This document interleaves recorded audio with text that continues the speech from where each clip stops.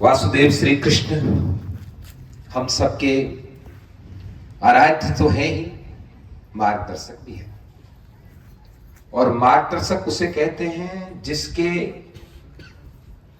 पद चिन्हों पर हम चलें। भगवान मानकर उनसे दूरी बना लोगे तो फिर उनके पद चिन्हों पर नहीं चलोगे। कृष्ण को तो सखा बनाना पड़ेगा, कृष्ण को तो अपना मित्र बनाना पड़ेगा। बना सकते हो ना?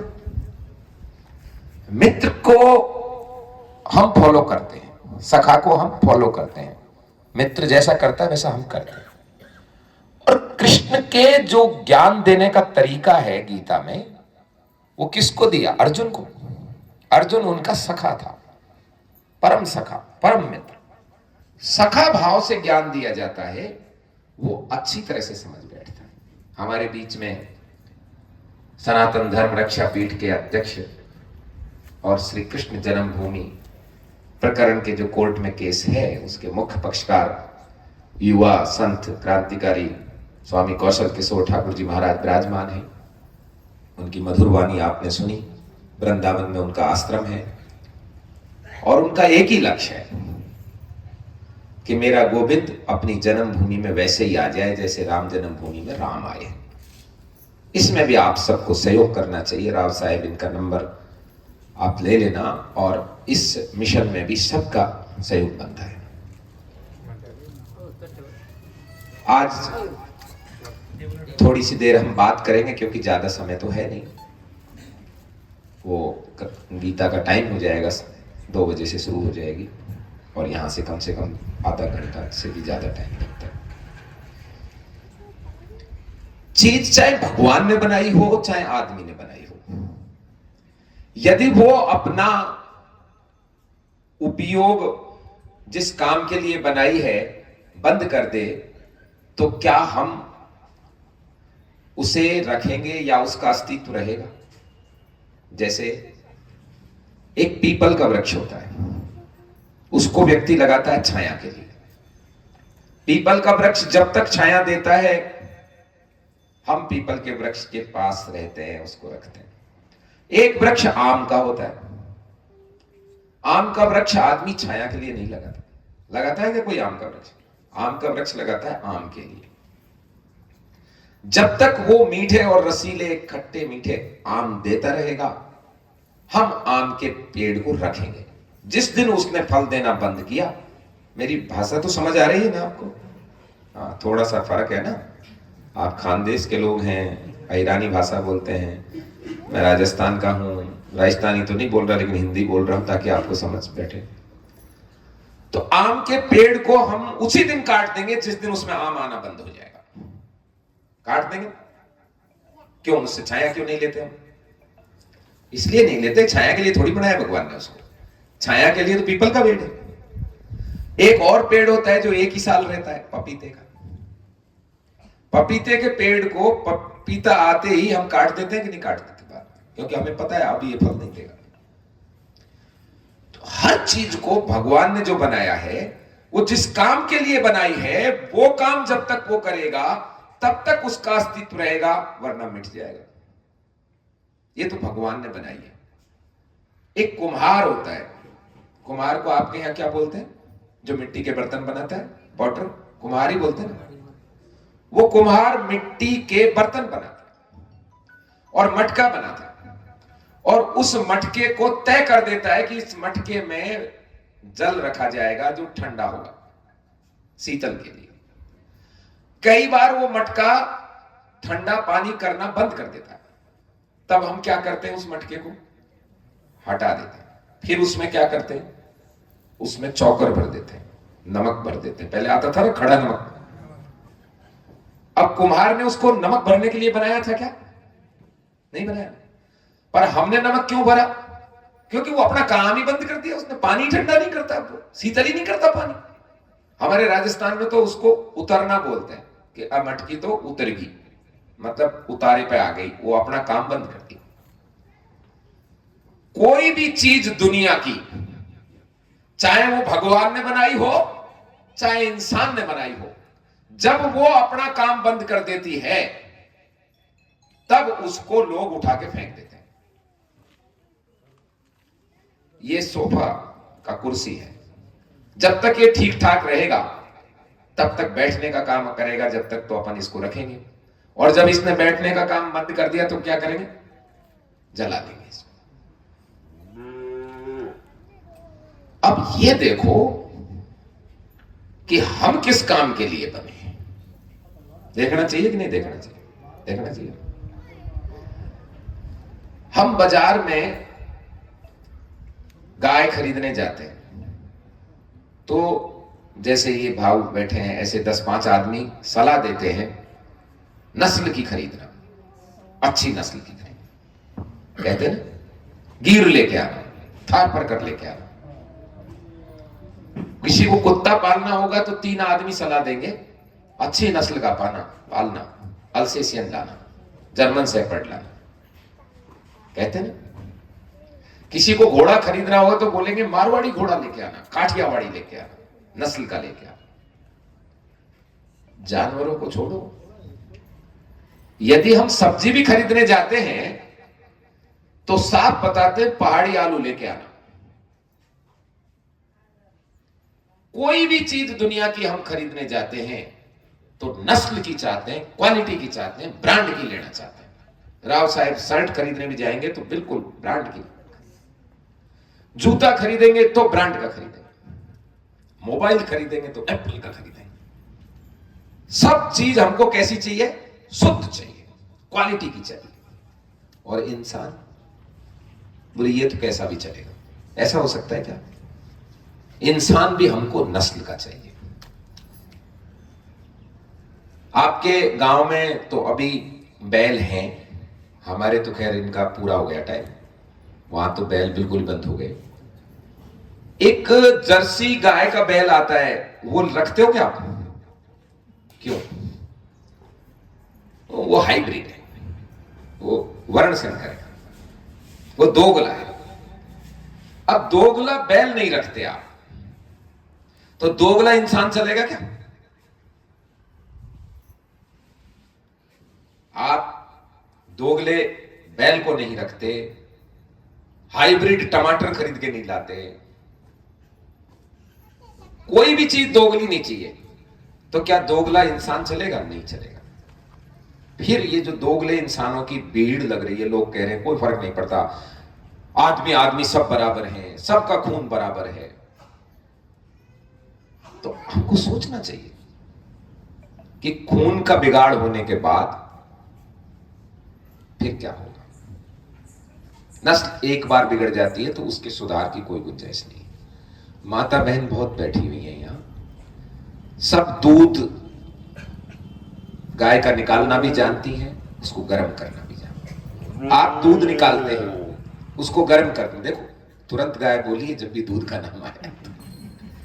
तो जब आप दूध निकालते हैं, उस दूध में कभी कभी दूध फट जाता होगा ना। तो मान लीजिए 1 किलो दूध फट गया और आपके पास 5 किलो दूध अच्छा रखा है, तो उस फटे हुए दूध को दूध में मिलाते हो क्या? क्यों? क्या होगा यदि मिला दोगे तो? सारा ही फट जाएगा।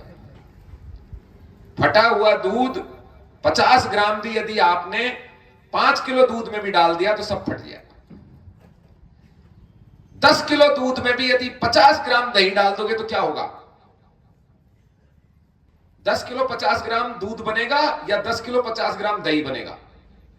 दही, सब दही बन जाएगा। दूध के फटने से पनीर तो बन सकती है पर वापस दूध नहीं बन सकता। दूध के जमाने से दही तो बन सकता है पर दही से दूध नहीं बनता। दूध से दही बन सकता है, छाछ बन सकती है जिसको आपके तक बोलते हैं, मक्खन बन सकता है, घी बन सकता है, खमीर बन सकता है, पनीर बन सकता है, श्रीखंड बन सकता है, पर किसी भी चीज से वापस दूध बनता है क्या? अर्थात एक बार अपनी नस्ल बिगड़ गई, वो दोबारा ठीक नहीं होती। नस्ल को बचा के रखो। एक बात, नस्ल तो बच जाएगी, बच रही थी पहले 50 साल तक बची हुई थी, फिर बिगड़ने क्यों लगी? बिगड़ने इसलिए लगी, जमाने में गंदगी फैली हुई है। आप घर में झाड़ू लगाती हैं माता बहन, और मान लीजिए सामने से हवा चल रही है तेज, आप बाहर बाहर की तरफ लगाएंगी और हवा बहुत तेज चल रही है, फिर क्या होगा? वो कचरा वापस आपके आंगन में आ जाएगा। आएगा कि नहीं आएगा? से ज्यादा तेज गति से। और या चुपचाप घर बैठ जाओ। घर बैठना अपने स्वभाव में नहीं है, तो गति तेज करनी पड़ेगी, कचरा तो निकालना ही पड़ेगा ना। अच्छा, मान लीजिए घर में अपन कुछ भी नहीं करें तो भी 24 घंटे में कचरा आएगा कि नहीं आएगा? इसीलिए सुबह शाम माता बहन झाड़ू लगाती है, सफाई करती है ना। अब अपना जो समाज है, ये एक घर है या नहीं? एक दो घर की तरह। इसमें यदि हम सफाई नहीं रखेंगे तो गंदगी आएगी, कुसंस्कार आएंगे, कुसंस्कारों की भीड़ आएगी, जैसे आंधी में कचरा आता है। ऐसे ही किसान लोग, आप सब शेतकारी का काम करते हैं, खेती करते हैं, उसमें आप गेहूं बोते हैं, मूंगफली बोते हैं, चने बोते हैं, पर कई अनचाही घास उगती है कि नहीं उगती उसमें? फिर क्या करते हो? बथुआ भाबरा इसको बाहर कर दोगे निकाल के। ये तो नहीं कहोगे मेरे ही खेत का है, रहने दो, क्या फर्क पड़ता है? तो ये बताओ, यदि अपनी कोई संतान बिगड़ जाए, कुसंस्कारित हो जाए, तो उसका भी अपने को ठीक करना पड़ेगा कि नहीं करना पड़ेगा?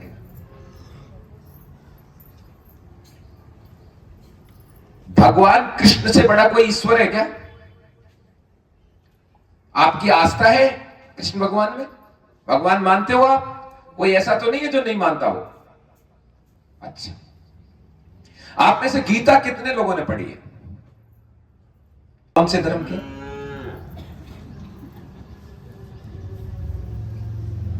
किसी भी जगह आप जाओगे, मुसलमानों की सभा में चले जाना किसी दिन, उसमें जाके पूछना कि कोई ऐसा मुसलमान है क्या जिसने कुरान नहीं पढ़ी हो, तो मिलेगा कोई आपको? मुसलमान सभी कुरान पढ़ते हैं, हम चिढ़ते हो रहे, देखो वो गया मुल्ला। चिढ़ने की जरूरत नहीं है, वो अपने पंथ का पालन कर रहा है, अपना देखो हम क्या कर रहे हैं। कोई ईसाई है क्या जो चर्च नहीं जाता हो? अपना धर्म ग्रंथ कौन सा है? आमचा धर्म ग्रंथ कौन सा है? गीता ही है ना। कोर्ट में किसकी गवाह चलती है? यहां तो 4 ही आदमी है जो गीता पढ़ी है।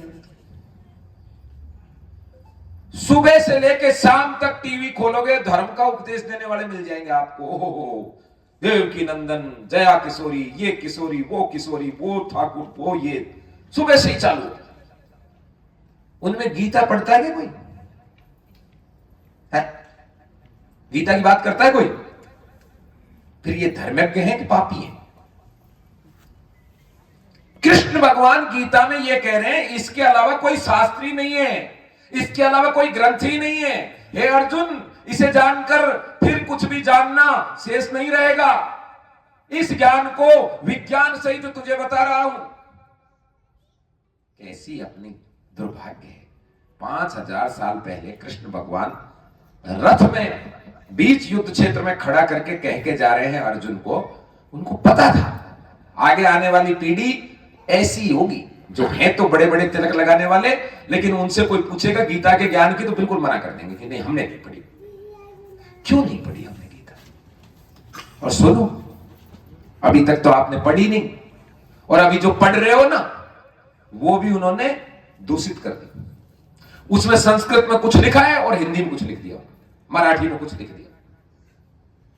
क्योंकि जब बिगाड़ना ही है चीज को, अब तो मिलावट का जमाना आ गया, उसमें भी मिलावट कर दी उन्होंने। और एक चीज ध्यान देना, घी बहुत अच्छी चीज है, शहद भी बहुत अच्छी चीज है, लेकिन यदि शहद में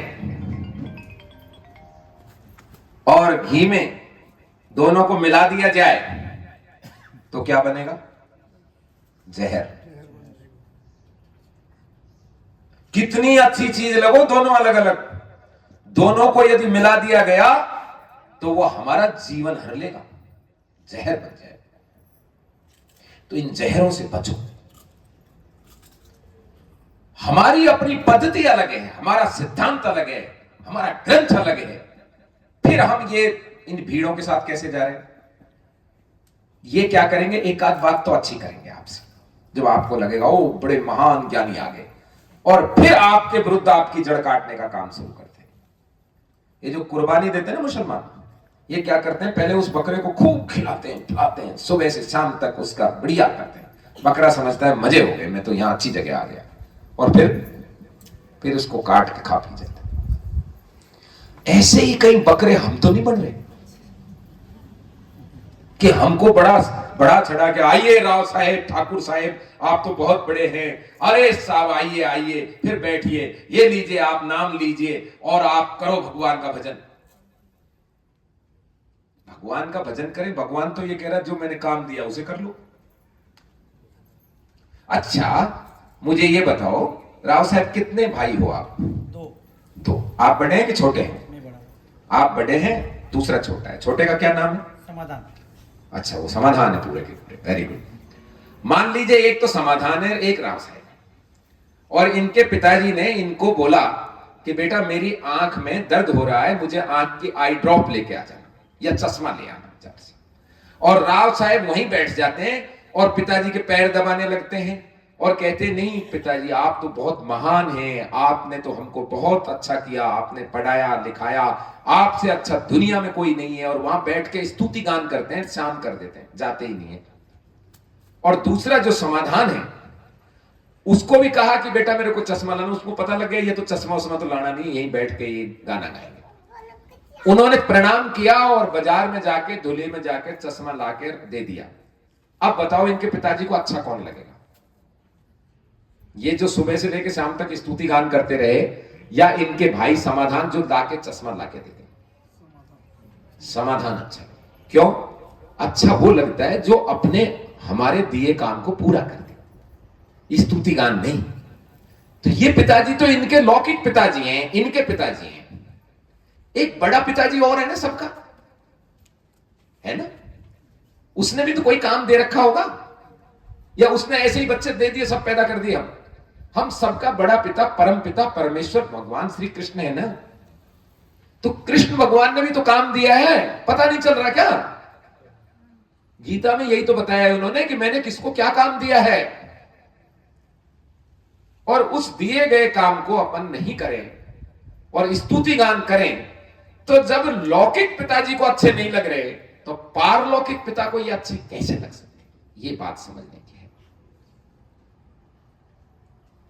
हम स्कूल हो गया आपके गांव में भी, सरकारी स्कूल, उसमें अध्यापक है, शिक्षक है, उसमें चपरासी भी होगा, उसमें अकाउंटेंट भी होगा, बाबू होगा। अब बाबू के मन में आ जाए कि मैं आज पढ़ाऊंगा, और चपरासी के मन में आ जाए मैं आज प्रिंसिपल बनूंगा, और प्रिंसिपल के मन में आ जाए मैं आज झाड़ू लगाऊंगा, और ऊपर से जिला शिक्षा अधिकारी आ जाए, तो ये तीनों को शाबाशी देगा या सस्पेंड करके जाएगा? सस्पेंड कर देगा, क्योंकि प्रिंसिपल को भर्ती किया था प्रिंसिपली के लिए, अध्यापक को पढ़ाने के लिए, बाबू को बाबू के काम के लिए, और चपरासी को चपरासी के लिए। जब जिला शिक्षा अधिकारी अपने आदमियों को काम नहीं बदलने दे रहा, तो हमारा जो शिक्षा अधिकारी बड़ा ही बड़ा कृष्ण, उसके द्वारा दिए गए काम को हम बदले तो उसको अच्छा लगेगा? कि अर्जुन तो चला जाए हिमालय में तपस्या करने, और हिमालय वाले उठ के आ जाए लड़ने, और व्यापार करने वाला आ जाए लड़ने के लिए, तो बुरा लगेगा ना? तो अब सोचो कि हमको भगवान ने किस वर्ण में जन्म दिया है। यदि हमको क्षत्रिय के कुल में जन्म दिया है तो हमको क्षत्रिय के काम करने चाहिए। क्या काम है क्षत्रिय का, ये भी गीता ही बताएगी। शौर्यम तेजो धृतिरदाख्य युद्धे चा पलायनम दानम व ईश्वरीय भाव छात्र कर्म स्वभाव। ये हम जन्मजात गुण लेके आए हैं, शौर्य, तेज, धैर्य, दक्षता, युद्ध से नहीं भागना, दानवीरता और ईश्वरीय भाव। ब्राह्मण क्या काम ब्राह्मण करे, वैश्य का काम वैश्य और शूद्र का काम शूद्र। अभी कई लोगों के मन में, जो पढ़े लिखे लोग हैं, उनके मन में एक बात आ रही होगी, अरे अब तो सब बराबर है। डॉक्टर भीमराव अंबेडकर साहब का, बाबा साहेब का संविधान आ गया, अब सब बराबर है। भाई डॉक्टर भीमराव अंबेडकर बाबा साहब ने ये थोड़ी कहा है कि तुम अपने कामों को छोड़ दो। उन्होंने तो ये नहीं मना किया। उन्होंने तो ये कहा है जो जिस योग्य है उसको वो काम दे दो, यही तो कहा। तो योग्यता का पैमाना साबित करो ना। अभी श्राद्ध में अपन किसको जिमाते हैं? जो श्राद्ध करते हैं ना आश्विन महीने, कुआर के महीने में, नवरात्रों से पहले, वो किसको जिमाते हैं? हम ब्राह्मण को जिमाते हैं। उसकी जगह कोई और तो नहीं चलेगा, पढ़ा लिखा हो तो कितने, ब्राह्मण ही चलेगा।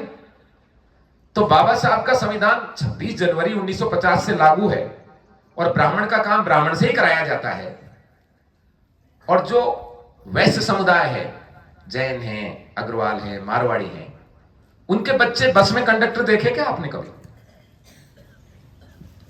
कोई बस में कंडक्टर देखा? राव साहब, आप कई फैक्ट्रियों में सिक्योरिटी का काम करते हैं, कहीं लेबर में देखा क्या आपने कोई अग्रवाल, जैन? नहीं। क्यों? वो गरीब नहीं होते क्या?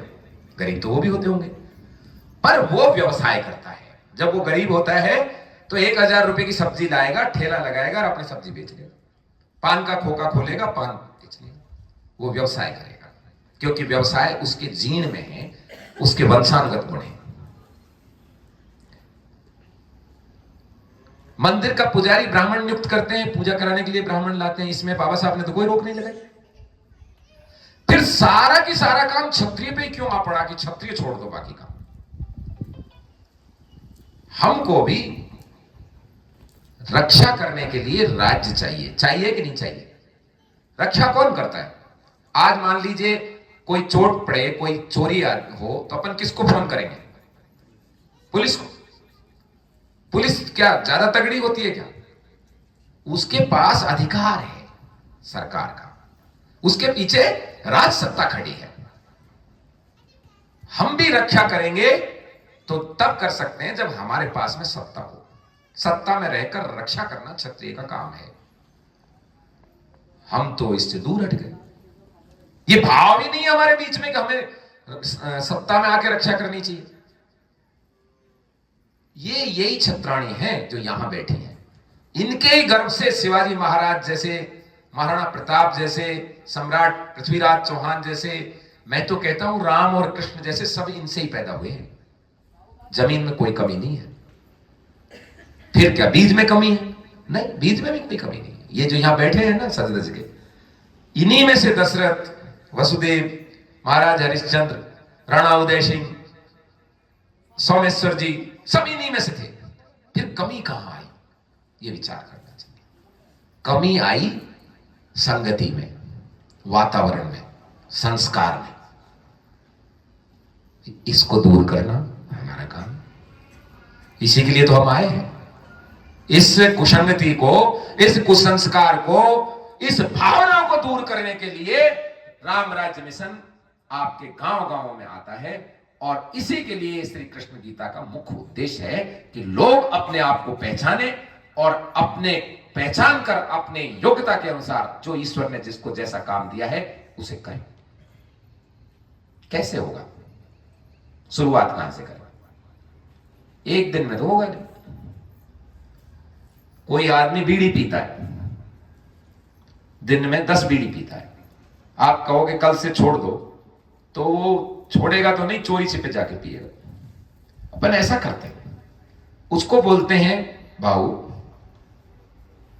तू 10 दिन में अब 9 बीड़ी कर दे। अभी 10 पीता है, अब 9 पीने लग जा, 1 बीड़ी कम कर दे, तो कर सकता है ना। फिर अगले 10 दिन में 2 बीड़ी कम कर दे। ऐसे कर करके फकत 100 दिन यानी 3 महीने में वो बीड़ी छोड़ देगा। छोड़ देगा। ऐसे ही धीरे धीरे धीरे हमको अपने संस्कारों को स्थापित करने के लिए कुछ संस्कारों को छोड़ना पड़ेगा। माता बहन, आपके पास में सूप होगा ना? सूप को यहां सूप ही बोलते हैं, जिससे छाजन करते हैं। उससे आप क्या करते हो?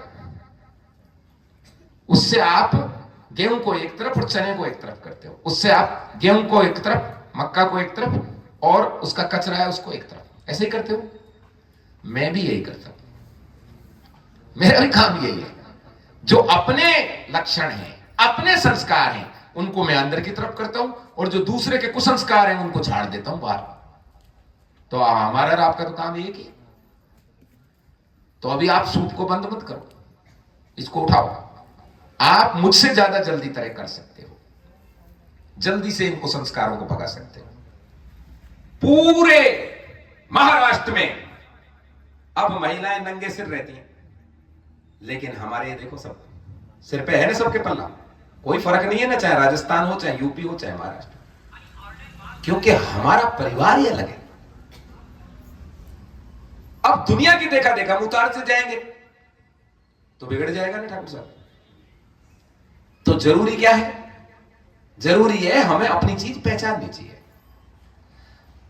बड़े बड़े कथाकार सप्ताह वाले कहते हैं, जिस पंडित के तिलक नहीं हो लगा हो उसके दर्शन अशुभ हैं। और अगली लाइन नहीं पढ़ते कि जिस क्षत्रिय ने शस्त्र नहीं रखा हो उसके भी दर्शन अशुभ हैं, ये नहीं बोलते। ये भी तो बोलना चाहिए। आपका कोई भगवान ऐसा है क्या जो बिना शस्त्र के है? राम, कृष्ण, महाराणा प्रताप, पृथ्वीराज चौहान, शिवाजी महाराज। तो उनमें और हमें फर्क क्यों कर रहे हैं? क्योंकि हमें बिगाड़ना चाह रहे। ठीक है, आज हमारे पास सत्ता नहीं है, पर हमारे पास धर्म तो होना चाहिए। सत्ता आती रहती है, जाती रहती है, ये कोई बड़ी चीज नहीं है। बड़ी चीज है कि हमको हमारा धर्म नहीं छोड़ना चाहिए। राम राज, राम राज, राम राज, कैसे आएगा राम राज? राम के वंशज जब तक राज्य लेने के काबिल नहीं होंगे तब तक राम राज नहीं आ सकता। राम राज के लिए राम के लक्ष्मण जैसा भाई, भरत जैसा भाई, शत्रुघ्न जैसा भाई, सीता जैसी माई, दशरथ जैसा पिता, कौशल्या जैसी मां, तब आएगा ना रामराज। तो रामराज तो जब आएगा जब राम के वंशजों को पहचान कर राम के जैसे काम करने पड़ेंगे। कठिन तो है काम, लेकिन हम इसमें लग गए। आप लोगों का यदि आशीर्वाद रहा तो ये सफल हो जाएगा। आप दोगे आशीर्वाद? हाथ खड़ा करके बताओ। माता बहन नहीं बता रही, इनको थोड़ा भी तकलीफ है। हाँ, यदि आपने साथ दिया ना, मात्र 20 वर्ष में इस देश में रामराज जा सकता है, सिर्फ 20 वर्ष में। और 20 वर्ष में ऐसा नहीं कि 20 साल तक अपन सो जाएं फिर 20 वर्ष में आएगा, नहीं, आज से ही, अब से ही, इसी समय से हमको काम करना पड़ेगा। मैं 5 चीज चाहता हूं आपसे। सूर्य उदय से पहले झाड़ू लग जाएगी, ज्यादातर तो लगती होगी, गांव में तो लगी जाती है। सूर्य उदय से पहले झाड़ू, और जब आप रोटी बनाती है ना तो पहली रोटी गाय को और दूसरी रोटी में से आप भोग लगाइए भगवान को। भगवान की तो दी हुई है ना सारी धरती हमारी। और तीसरी रोटी अपने परिवार को खिलाइए, एक रोटी कुत्ते को जरूर डालिए। कुत्ता भी भैरव जी का गण है और बुरी शक्तियों से दूर करता है। घर में जूठी थाली नहीं रहनी चाहिए। भोजन किया तुरंत सफाई हो जाएगा। जूठन में नकारात्मक ऊर्जा रहती है। और प्रतिदिन एक मुट्ठी सही, लेकिन पक्षियों को चुगा डालना चाहिए। डाल देंगे? जब जगते हो सुबह, जगते ही बिस्तर गोल, बिस्तर की घड़ी बन जाए। ऐसा नहीं कंबल छोड़ के इधर उधर चले गए, वापस आओगे फिर वो आपको खींच लेगा। खाली जगह नहीं रहती है, कोई न कोई आके सो जाएगा उसमें। आदमी नहीं, आत्माएं सो जाती है, बुरी आत्माएं सो जाती है। वो फिर घर में झगड़ा करती है। घर में तुलसी जी को जल रोज देना चाहिए, सूर्य देव को जल देना चाहिए, बड़े बुजुर्गों का रोजाना चरण वंदना करनी चाहिए। मंदिर में आप दिया जलाने जाओ और घर में अंधेरा हो तो घर में उजाला होगा क्या? मंदिर में आप भगवान को पूजो और घर के जो भगवान है, देवता है, उनको आप पूजो नहीं। हर माँ बाप भगवान का ही रूप है। जो व्यक्ति अपने माँ बाप का सम्मान नहीं करता उसको मंदिर में दिया विया जलाने का अधिकार नहीं है। मैं तो कहता हूं महाराज जी, वहां ऐसा लठ लेके बैठा दो एक आदमी को कि यदि कोई अपने माँ बाप को नहीं मानता हो तो उसको मंदिर में घुसने मत दो। राम ने अपने पिता के लिए 14 वर्ष वन में चले, क्या क्या कष्ट भोग लिए, और हम राम के मंदिर में पिता को अनादर करके जाना चाहते हैं? ये संभव है क्या? बात तो बहुत है। हम यदि लगातार 3 दिन भी बोलते रहे तो अभी मन न आपका भरेगा न हमारा भरेगा, लेकिन समय की भी थोड़ी पाबंदी है और उधर भी काम है। आपके मन में कोई सवाल हो तो आप पूछिए, मैं प्रयास करूंगा उसका उत्तर देने का। है कोई सवाल किसी के भी मन में?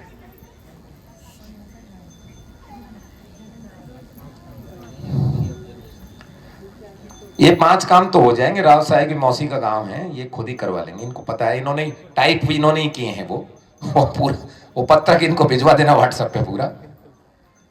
वो तो 5 तो आप बताएं, वो तो 27-28 हैं। वो होगा ना, आपको पास पेपर याद है ना? छोटी छोटी चीज है। महिलाओं का आदर करना चाहिए, आए हुए अतिथि को सम्मान देना चाहिए, घर पे ही भोजन बना के, सारी चीज अपन लगभग करते ही हैं। नहीं भी करते तो मैंने इसलिए रखवाई है ताकि बंद ना कर दे। आजकल क्या है, सिटी में सारा काम जोमेटो कर रहा है। वो घर पे कोई खाना वाना नहीं बनाता, जोमेटो को बोलेंगे वहां से आएगा खाना।